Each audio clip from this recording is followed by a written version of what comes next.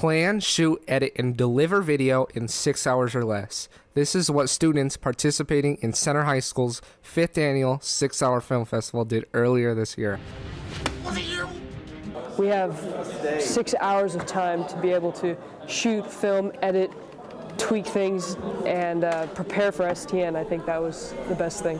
Celebrating the first time that Andy Warhol. It's just really fun. Like, we're all anticipating, like when you first get here, you're anticipating like, oh, what's the prompt we're gonna get? Like, it's just because you just go in fully blind. You don't know what you're gonna be doing, but you know that it's gonna be fun. The 6 hours, it feels like that would be like a long time, but it really felt like you need a lot more time than 6 hours to do everything. Like, I thought I would be done a lot earlier than this. So every single thing you do, you have to have a certain time limit on it, and you have to stick to that, otherwise you're going to be behind.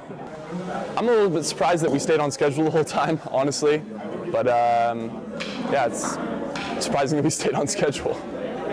The time going by really fast was surprising because 6 hours seems like a long time. I mean, driving down to Southern California is 6 hours, and it feels like it's a really long time, but when you're busy doing stuff, it goes really fast. Basically the whole day, it's just, you know, trying to meet deadlines and making sure that we get the right shots when we need to. Those, and then we'll get Carson's over the phone, just black screen. One thing that really did surprise me was the performance of everybody who didn't have experience doing this. Well, it's just been fun. I mean, it's my first time doing this. I've never seen anything like this before. I just came to be like an actor, and I didn't know all like the process that you have to go through to just make a short little 5-minute video and how hard it is. Filmmaking is intense and exciting, and there is little time to waste.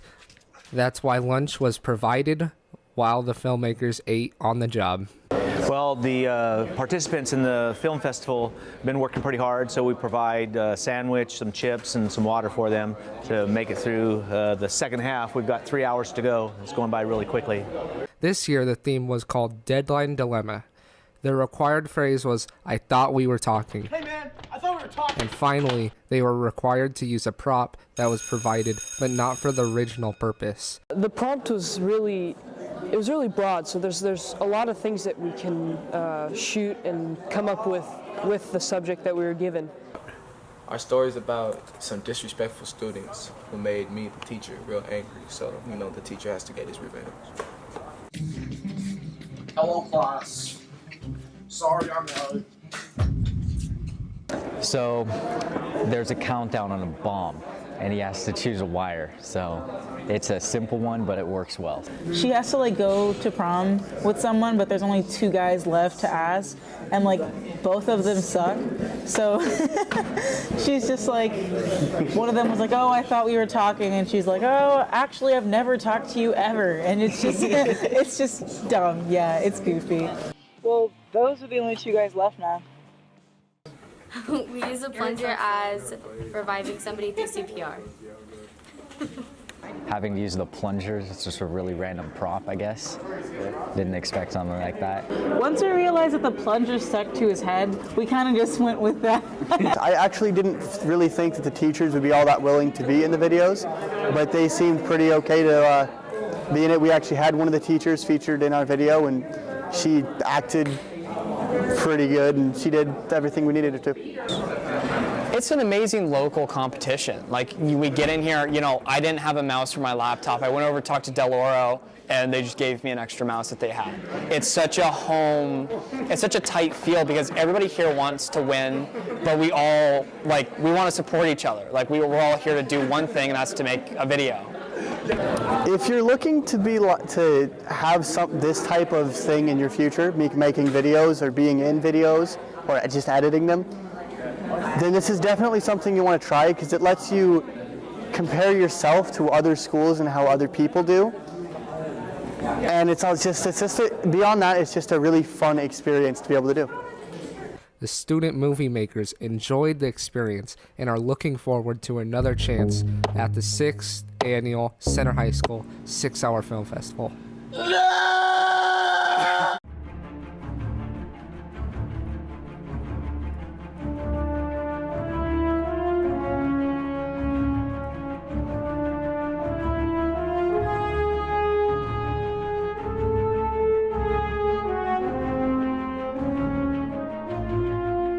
Some teachers at Center High School have a neutral opinion about phones.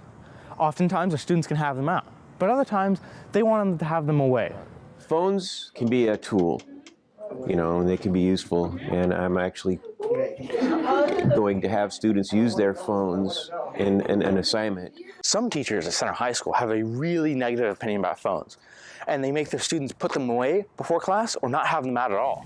I don't want to see them. I created a little kind of a locker for them, or a pouch system for them, where the students put their phones in those things up there. They plug into their phones and they don't listen to the teacher.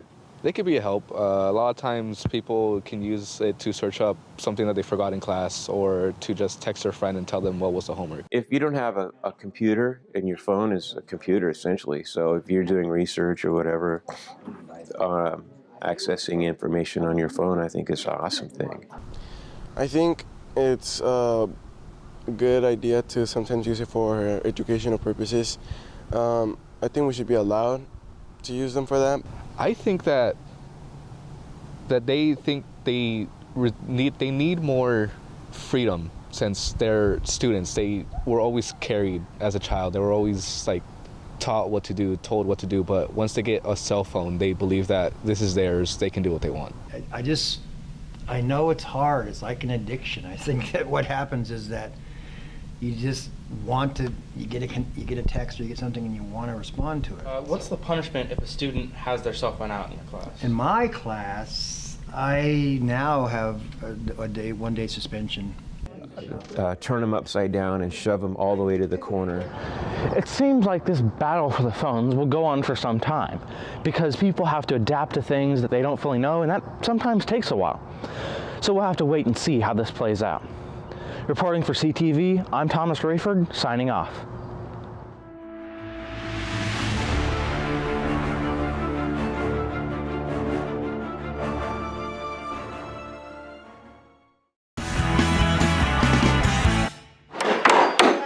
I think a lot of more girls should pursue construction as a career. I think because it's viewed as like a man's job, it's like heavy labor and like hard work or whatever, but in reality it's really not. There's a lot of problem-solving skills that go on in there. Most people think that jobs such as construction are considered a man's job, but here at CHS, things are a little different. Yeah, there definitely is a difference in teaching boys and girls. I think especially guys have a tendency to do things fast and wrong, and then girls usually like to double check and triple check and like, you know, kind of make sure that everything is correct. It appears the students in the construction class seem to have different opinions about how teaching girls and boys differs. Oh yeah. I think girls pay more attention to the thing, although, you know, we made our mistakes too. I think we pay more attention to little details where guys are like, oh, it's fine, we just bang it in later and just brute force the wood into the nail. Like, I think we pay more attention to detail. I'd say it's the same teaching both boys and girls. You know, they both learn the same, they both have the same abilities. You know, everybody has the same capacity to learn. I mean, they can do anything the guys can do. It's really no difference. Even so, there are different opinions. They are able to work together. With geometry and construction, there's a special importance in teamwork, so it's not really individual. You're helping everyone. I think everyone has to help everyone in order to get the job done. You should sign up for it. It's pretty fun. You swing hammers and stuff. I am Mariana Prokopchuk, reporting for CHS.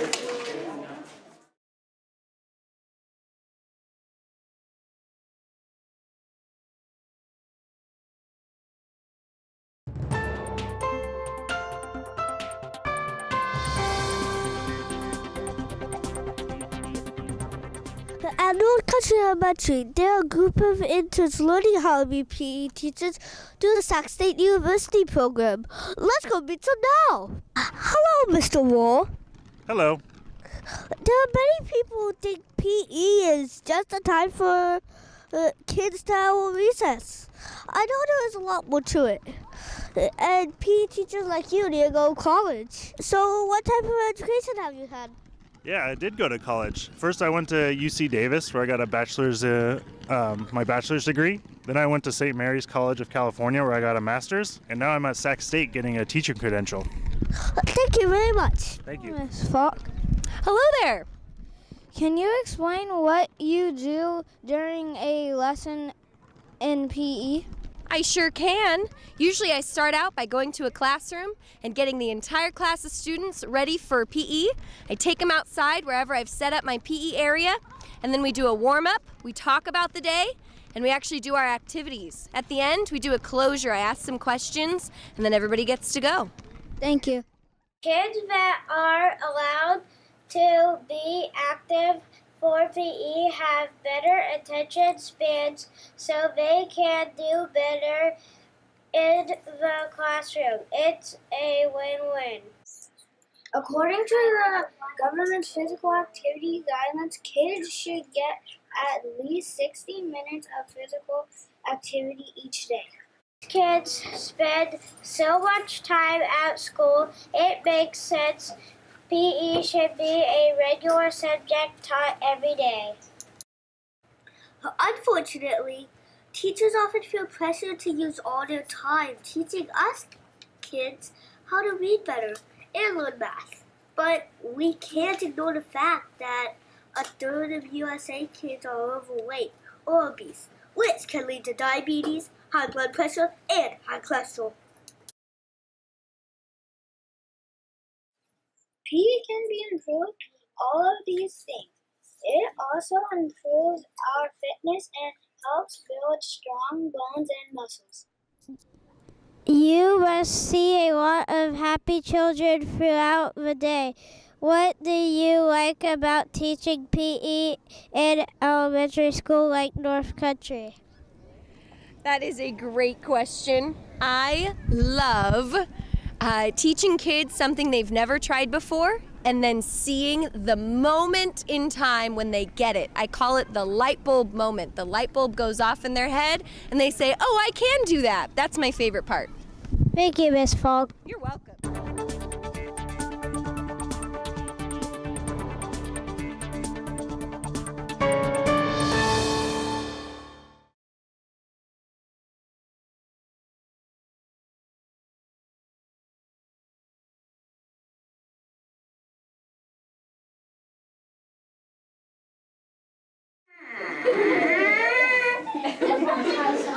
It kind of does, doesn't it? It kind of sounds like a sick goose. You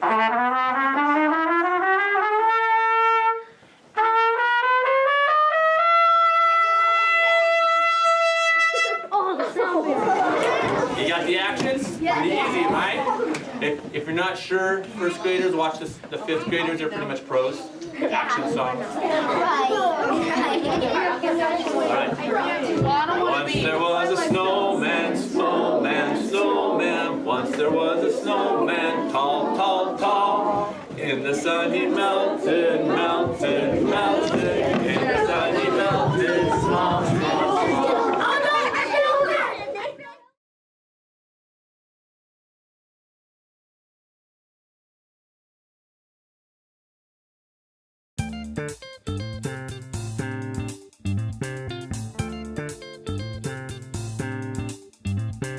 Hi, I'm Kason. I'm Aiden. And I'm Erica. We are third graders here at Oak Hill Elementary School. And we're here to introduce you to our looping class. You might wonder, what is looping? Looping is when a teacher moves to the next grade level and remains with his or her class. All three of us have been in a looping class with our teacher. Miss Castle has completed 2 cycles by looping 2 classes of students all the way from 1st through 3rd grade. To understand how looping works, we will be interviewing students, parents, and our teacher, Miss Castle. Let's start the interviews! I really liked the looping program. I think there are many benefits to it. Both my kids did it. This is my second child that's in the looping, and it's back-to-back, so this will be my 6th year with the same teacher, and so I really like the program. Yes, I do like having the same teacher for 3 years because I'm really used to her and we trust each other. I feel like it was a little bit different going from having one teacher for a few years to having a different teacher each year, but the change wasn't too bad, although I do like looping classes better. What do you think are the benefits of having your child in a looping class? Well, I felt that the teacher already knew all the students and that they could come back to school after being gone for the summer and just pick up right where they left off. I think the best advantage is that you get to have fun with people and you get to know people a lot.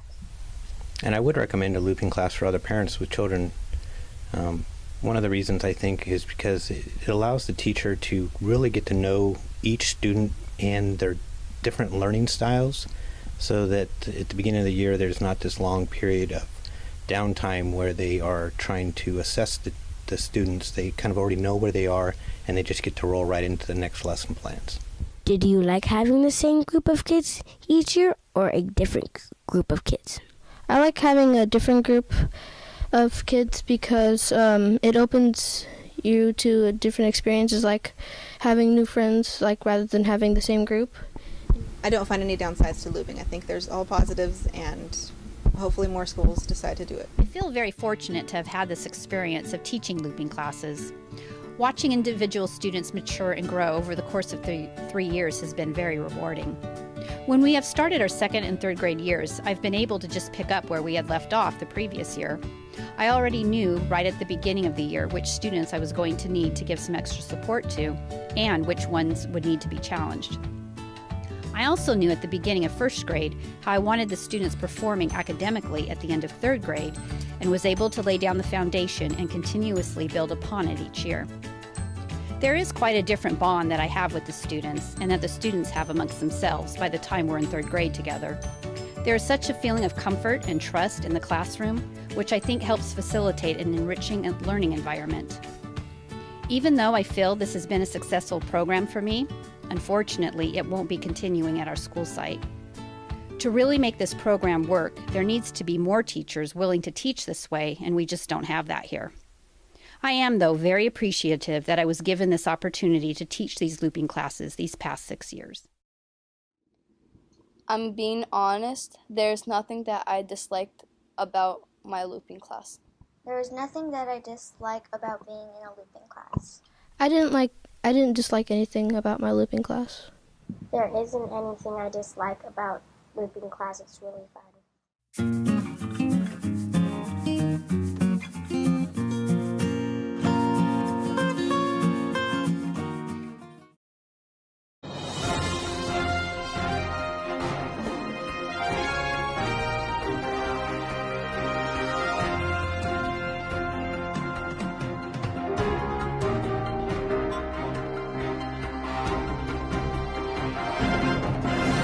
Good morning, Otters. I hope you're having a marvelous Monday so far. I'm Kelly. And I'm Michael. Welcome to this week's Otter Outlook. We're sorry that there was no Otter Outlook last week. There were a few technical difficulties. A few? Yeah, well, we all have those days. But we're back, and better than before. Hey, Michael, report cards came out, and I was wondering, how'd you do? Well, I did pretty well, but I definitely see room for improvement.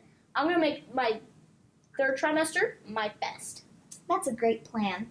I hope that all of you got good grades too, and that you put your best foot forward this last trimester. Speaking of doing your best, did you hear who won the Classified Employee of the Year? I did. Let's take a look. Congratulations, Miss Kim. You really deserve this. Well, now that we're talking about Miss Kim, I'm thinking about lunch. So, what are we having? Today, we're having a tangy honey barbecue beef riblet on a hoagie roll or a crispy breaded chicken drumstick. Tomorrow will be Taco Tuesday or chicken nuggets with a soft roll. On Wednesday, we will have maple bursting or strawberry splash mini pancakes or your choice of a spicy or regular chicken patty sandwich. On Thursday, there will be crispy chicken and waffles with syrup or pizza crunchers with marinara sauce. And on Friday, we will have cook's choice. That sounds so good. So I'll be having hot lunch, like always. The Lost and Found box has helped me find my hat last week. It can help you find anything that you lost too. So if you lost something, remember to look in the Lost and Found box. And if you find loose things around the playground, be sure to put it in the Lost and Found box. Also, don't take anything if it is not yours, because that would be stealing. And now it's time for this week's Can You Find Mrs. Spore? Did you find Mrs. Spore last time? If not, here's where she was. Earlier, we introduced you to Project Lead the Way, but there is so much more to learn. Let's take a look. So, Mr. B, what is Project Lead the Way? Project Lead the Way is a hands-on, interactive curriculum that's science-based that kids really, really enjoy. What does kindergarten do with Project Lead the Way? Well, I chose to do the module structure and design, and basically what they're doing is they are taking classic fairy tales and they are learning through the classic fairy tales. So, for example, they did the Three Pigs, and in the Three Pigs, the problem that they all faced was the big bad wolf. Well, they all had to make their own houses, so in kindergarten, they are building their own houses. How do the kindergartners like it? They love it. The kindergartners really love it. It's like like I said, it's one of the best times of the week. Reporting for Otter Outlook, I'm Cammie. It's nice to know that so many people are learning so much. But now it's time for this week's trivia. This week's question is... What was the name of Shrek's wife? A. Coco. B. Fiona. C. Alvina. Or D. Felicia. If you don't know the answer, we'll reveal the answer next week. Next week. Next week is also 6th grade science camp! Oh yeah! I'm so excited. Remember, if you haven't gotten your final payment in, this is your last week. Also, make sure to write down your preferred partner and get that to your teacher today. Today also marks the end of Pennies for Patience, so remember to drop your last coins in the boxes today. I hope we hit our goal this year. Oh yeah, if we did, Mrs. Spore will get a pie in the face. Now that would show some real Oak Hill spirit. And now, the quote of the week is... Do or do not, there is no try, by Master Yoda. That means that if you want something, then just do it. Hey Kelly, why did the stadiums get hot after the games? I don't know. Why did the stadium get hot after the games? Because all the fans left to shh. Good joke, Michael. But now, let's take a moment to hear from Mrs. Warner and Today in History.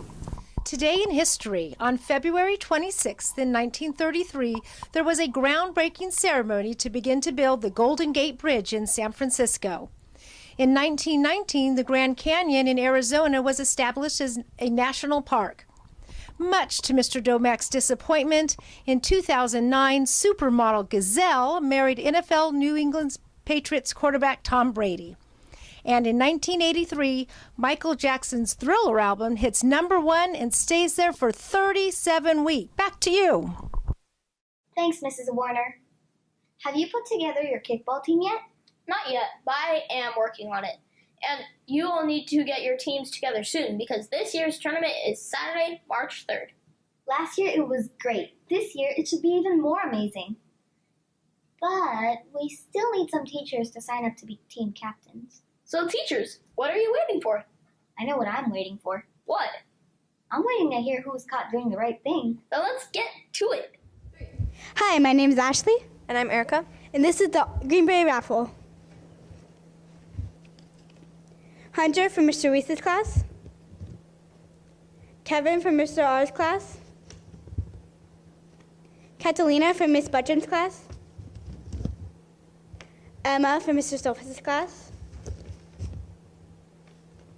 Kelly from Mrs. Phillips' class. And Mackay from Mr. Domek's class. Keep up the good work. Great job, everybody. If your name was called, head down to the office to claim your prize. And remember to always follow the Otter Oath, because you never know when a Green Beret will catch you doing the right thing. Do you know who else does the right thing? Who? These students. All the students that missed either 0 or 1 day during the second trimester were entered in a drawing. So, let's see who won. Good morning, Oak Hill Otters. I would like to congratulate all of the TK through 3rd grade students who've had 1 or less absences, and your names are all in the mailbox, and Ollie sent them to me, and we are going to do a drawing for a $25 Barnes & Noble gift card, and the winner is Elena Iridachi from Mr. Stolfus's class. Make sure you come on down to the office to pick up your gift card. And now for the 4th through 6th grade drawings. And the winner is Brianna Satyal from Mrs. Hildebrand's class. Come on down for your free books. Thanks, Otters. Good job. Congratulations. And if your name was called, please take a pass and head up to the office to claim your prize. I didn't miss movie night.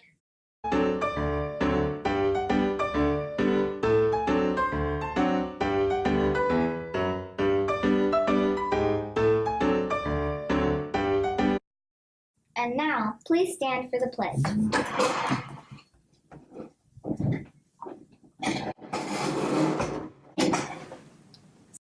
Salute. Pledge. I pledge allegiance to the flag of the United States of America and to the republic for which it stands, one nation, under God, indivisible, with liberty and justice for all. You may now be seated.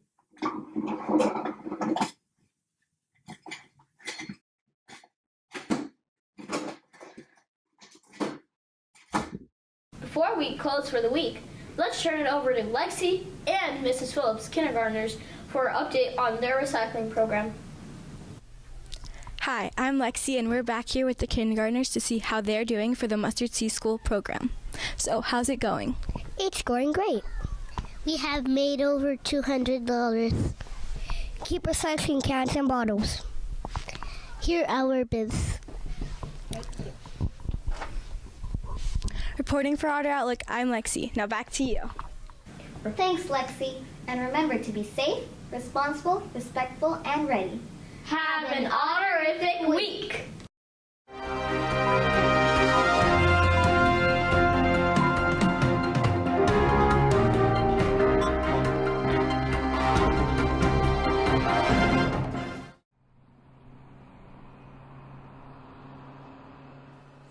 Here is the Earth. We have a huge problem. Cars all around the globe are polluting the air. Oh, here's my friend Lorraine. Hi, Rosa. How do you feel about the automobiles polluting our air?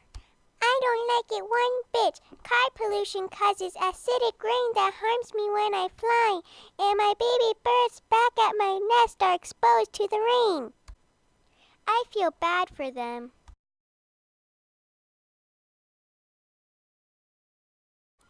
Maddie, do you like how the cars are polluting our air?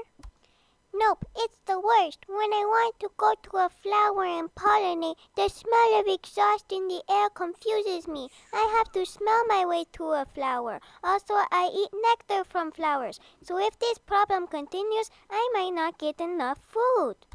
That's terrible. I wonder if this is affecting Manny. Hi, Lorraine. So can you tell me how mice are being affected by the car pollution? It's simple but devastating. To begin with, the cars are polluting the air, and it's causing brain damage to mice.